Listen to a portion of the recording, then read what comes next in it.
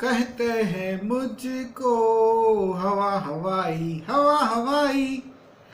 जी हाँ, आपने सबने ये सॉन्ग सुना ही होगा।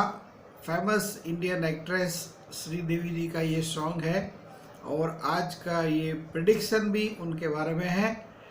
आइए थोड़ा सा फोकस करते हैं उनकी पत्रिका के ऊपर।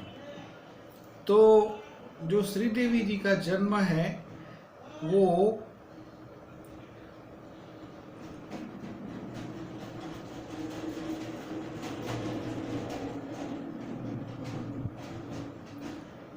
13 अगस्त 1963 को सुबह 5:30 बजे मद्रास यानी कि अभी का जो चेन्नई है वहाँ पर हुआ था।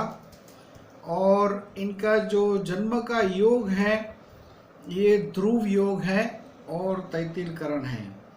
तो ध्रुव योग में जिनका जन्म होता है इनके ऊपर फ्रेंड्स विष्णु भगवान की पूर्ण कृपा होती है, लक्ष्मी जी की पूर्ण कृपा होती है। तो ये तो आप सबको मालूम है कि जो फिल्म स्टार हैं इनके पास धन दौलत की कोई कमी नहीं होती है, फिर भी ये सब कुछ जो वैभव है वो बना रहे ये भी बहुत ज़रूरी होता है। तो इनके ऊपर लक्ष्मी जी की विष्णु भगवान की पूर्ण कृपा थी। इसका रीज़न है कि इनका जो जन्म का योग है ये ध्रुव योग है और करण जो इनका है ये तैतिल करण है। तैतिल करण का जो प्रेडिक्शन है कि तैतिल करण में जिसका भी जन्म होता है इनका फ्रेंड सर्कल बहुत बड़ा होता है। तो ये भी बहुत अच्छी बात है। और प्रेडिक्शन में आज चेक करेंगे उनकी लग्न कुंडली को। तो कर्क लग्न की कुंडली बनती है इनकी आश्लेषा नक्षत्र की और लग्न में सूर्य शुक्र दोनों आश्लेषा नक्षत्र में हैं और 7वें स्थान में इनके शनि है। तो सूर्य शनि का जो आमने सामने होना है इसके कारण क्या होता है कि जो थोड़ा सा स्ट्रेस है वो दिमाग के ऊपर ज़्यादा रहता है लग्न में शनि की दृष्टि होने के कारण। और नेचर भी जो होता है वो शॉर्ट टेम्पर होता है। ये तो पर्टिकुलरली क्या है कि फिल्म में जो हम देखते हैं तो ये तो आउटर लुक होता है, जो कैरेक्टर उनको निभाना होता है वो उसको प्ले करते हैं। लेकिन इंटरनल साइड में इंटरनल लाइफ के अंदर क्या हो सकता है, जो लग्न में सूर्य है तो शॉर्ट टेम्पर नेचर करेंगे तो वो तो उनके जो सराउंडिंग में रहते हैं उनको ही पता होगा। ऐसी पॉसिबिलिटी है कि जो उनका नेचर है वो शॉर्ट टेम्पर होगा। और लुक्स वाइज तो मेकिंग वेरी ब्यूटीफुल बिकॉज लग्न में सूर्य और शुक्र का कॉम्बिनेशन है। वाणी के स्थान में बुध है तो आवाज़ भी उनकी बहुत अच्छी थी। और मंगल इनके पराक्रम स्थान में है, साहस भुवन में है which is also very good. और पंचम स्थान में 2 ग्रह की दृष्टि है, चंद्र और गुरु की।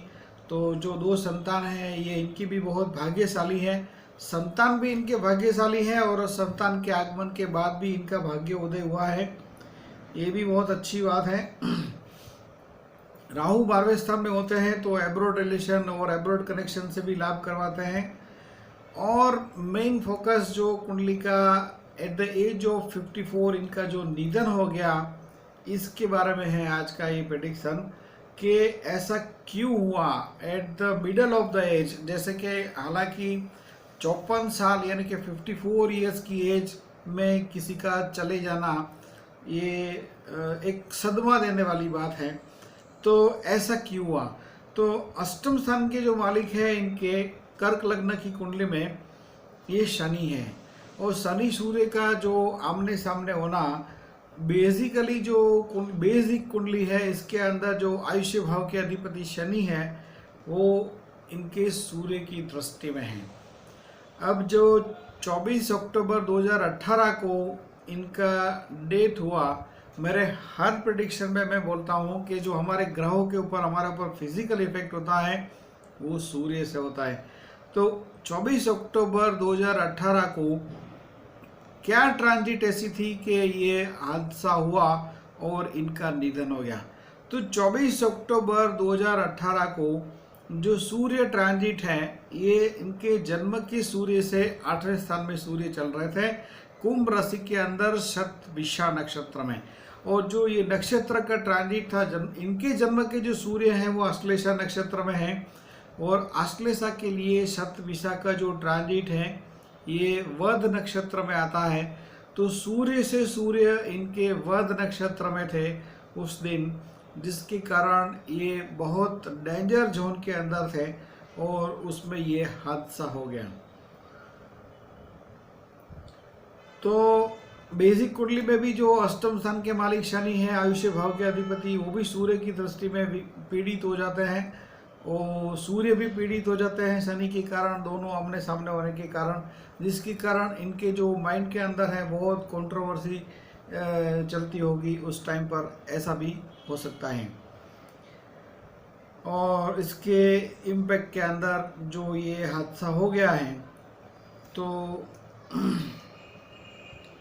बेसिकली जो रीज़न है कि सूर्य का जो ट्रांजिट है अष्टम स्थान में, जो वध नक्षत्र में सूर्य चल रहे थे, ये भी काफ़ी टेंशन वाली सिचुएशन उनकी चल रही थी, मानसिक रूप से ऐसा बोल सकते हैं।